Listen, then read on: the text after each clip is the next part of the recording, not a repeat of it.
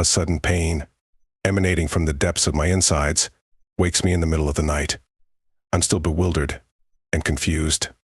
My eyes have not yet adjusted to the darkness, but I understand that the room I'm in is unfamiliar.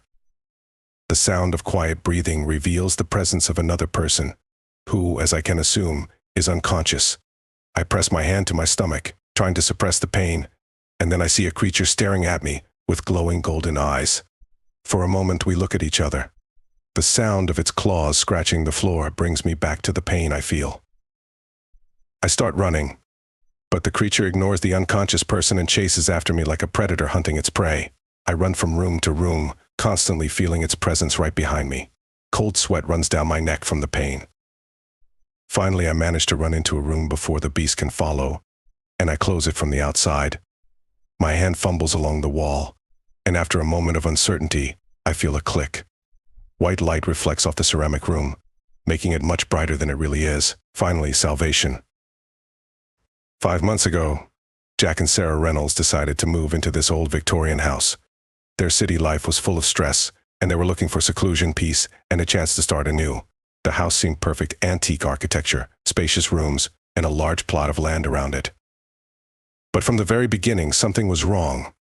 Things mysteriously moved from place to place, strange noises echoed at night, and sometimes it felt like someone was watching them.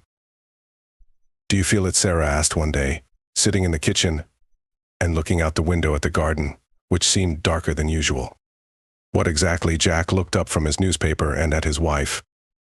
"Like someone is here." In this house, her voice was full of anxiety. "Sarah, it's just your imagination. The house is old, it creaks and groans." Jack tried to reassure her, although he sometimes felt something similar. One night, when Jack was working in his office, he heard the door creak. He turned and saw a silhouette in the dim light. It wasn't Sarah. The silhouette stood motionless, not moving or making a sound. Jack slowly got up and approached it, but the figure dissolved into the air, leaving a cold draft behind. "Jack, what happened?" Sarah approached, seeing the frightened expression on his face. I think someone was here." Jack tried to explain what he saw but couldn't find the words. Sarah looked at him with concern but said nothing. They both felt that something was wrong with this house. With autumn's arrival, Jack and Sarah decided to investigate the house more thoroughly. They found an old attic full of dusty boxes and forgotten things. Among all this junk, Sarah discovered an old diary. Its pages were worn and yellowed with time. "Jack, look what I found." She handed him the diary. "Let's see what's in it." He opened the first page and began to read aloud. "This house hides many secrets. Everyone who enters here brings their fears and sins. Here they become real." The entries became more incoherent and full of horror. Jack and Sarah read about strange events that had happened to the previous owners and how they encountered unknown entities. "This is just a coincidence, right?" Sarah tried to find a rational explanation. "I'm not sure." Jack closed the diary. "But we need to be careful." Weeks passed and everything got worse. Jack woke up more and more often at night from strange noises. One such night, he woke up from sudden pain. It felt like something inside him was tearing apart. He pressed his hand to his stomach, trying to suppress the pain, and then he saw the creature with glowing golden eyes in front of him. It looked at him without averting its gaze. Jack wanted to scream but couldn't. The sound of claws scratching the floor brought him back to reality. He started running, feeling the creature chasing him. "Sarah," he shouted, but only silence answered him. He ran into a room, closed the door, and turned on the light. The creature did not follow. Jack, breathing heavily, sank to the floor and tried to comprehend what was happening. The next day, Jack and Sarah decided to seek help.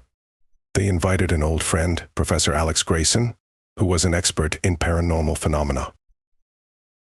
"This house is indeed special," said the professor, examining the old walls and architecture. "It seems to attract darkness." "We found this diary." Jack handed him the find. Alex carefully studied the diary, his face becoming more tense. "It describes events that may have happened many years ago, but they continue now. It seems that the house feeds on the fears and pain of those who live in it." "What should we do?" Sarah asked, feeling the fear gripping her. You need to understand what exactly caused this. What led to the appearance of these entities? Alex looked at them seriously. It may be related to the house's past, or its owners. The house's past turned out to be grim. In the 1920s, Dr.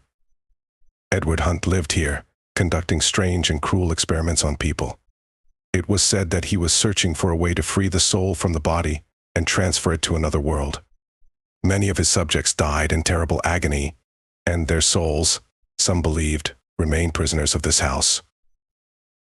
Perhaps the spirits of those who died here now haunt us, Sarah suggested, studying old newspapers and records. They seek revenge or peace, Jack added. We need to find a way to free them.